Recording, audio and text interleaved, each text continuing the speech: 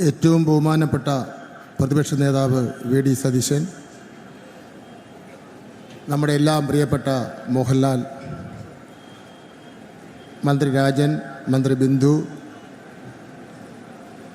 ബഹുമാനപ്പെട്ട വനംവകുപ്പ് മന്ത്രി, ഈ വേദിയിലുള്ള മറ്റ് ബഹുമാനരെ സുഹൃത്തുക്കളെ,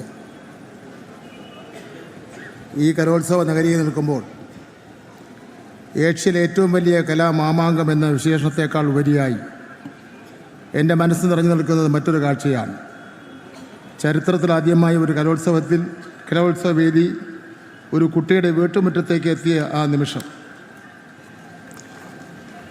മാരകമായ രോഗാവസ്ഥയിലായതുകൊണ്ട് വേദിയിലെത്താൻ കഴിയാതിരുന്ന കൊച്ചുമിടുക്കി സിയ ഫാത്തിമയ്ക്ക് വേണ്ടി അവരുടെ വീട് തന്നെ വേദിയാക്കിയ ആ തീരുമാനം, അതാണ് ഈ കലോത്സവത്തിൻ്റെ യഥാർത്ഥ വിജയം.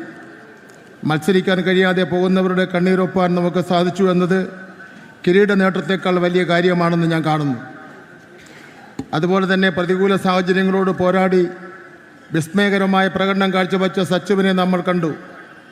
സച്ചുവിന് സുരക്ഷിതമായ ഒരു വീട് നിർമ്മിച്ച് നൽകുവാനുള്ള നടപടികൾ സർക്കാർ ഏറ്റെടുക്കുകയാണെന്ന് സന്തോഷ വാർത്ത ഈ വേദിയിൽ വെച്ച് ഞാൻ പ്രഖ്യാപിക്കുന്നു. അതൊരു ഔദാര്യമല്ല, ആ പ്രതിഭയ്ക്കുള്ള നമ്മുടെ ആദരവാണ്.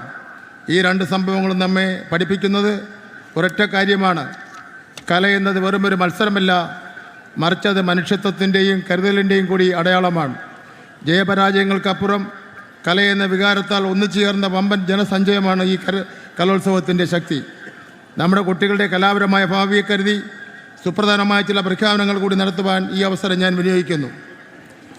കായിക രംഗത്തെ പ്രോത്സാഹിപ്പിക്കാൻ സ്പോർട്സ് ഡിവിഷനുകളും പരിശീലന കേന്ദ്രങ്ങളും ഉള്ളതുപോലെ കലയെ ഗൗരവമായി കാണുന്ന കുട്ടികൾക്കായി ആർട്സ് പരിശീലന കേന്ദ്രങ്ങൾ ആരംഭിക്കുന്ന കാര്യം സർക്കാരിൻ്റെ പരിഗണനയിലാണെന്നുള്ള കാര്യം ഞാനിവിടെ സൂചിപ്പിക്കുവാൻ ആഗ്രഹിക്കുന്നു.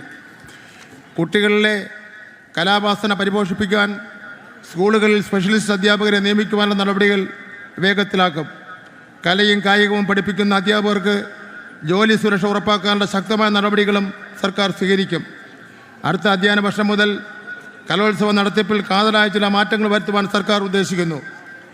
അധ്യയന വർഷം ആരംഭിക്കുമ്പോൾ തന്നെ സ്കൂൾ, സബ് ജില്ലാ, ജില്ലാ, സംസ്ഥാനതല കലോത്സവങ്ങളുടെ കൃത്യമായ ഷെഡ്യൂൾ പ്രഖ്യാപിക്കും.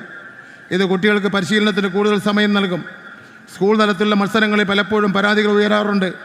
അതൊഴിവാക്കാൻ സ്കൂൾ മത്സരങ്ങളിൽ പുറത്തുള്ള നിന്നുള്ള ഉദ്യോഗസ്ഥന്മാരെ നിരീക്ഷകരായി നിയമിക്കുവാനുള്ള നടപടികൾ സ്വീകരിക്കും. കലോത്സവ വിജയികൾക്കുള്ള ഗ്രേസ് മാർക്ക് സമ്പ്രദായം കൂടുതൽ ശാസ്ത്രീയമായും നീതിയുക്തമാക്കുവാൻ വിദഗ്ധരുമായി ആലോചിച്ച് മാറ്റങ്ങൾ വരുത്തും. നമ്മുടെ സ്കൂൾ ഒളിമ്പിക്സ് വൻ വിജയമായിരുന്നു.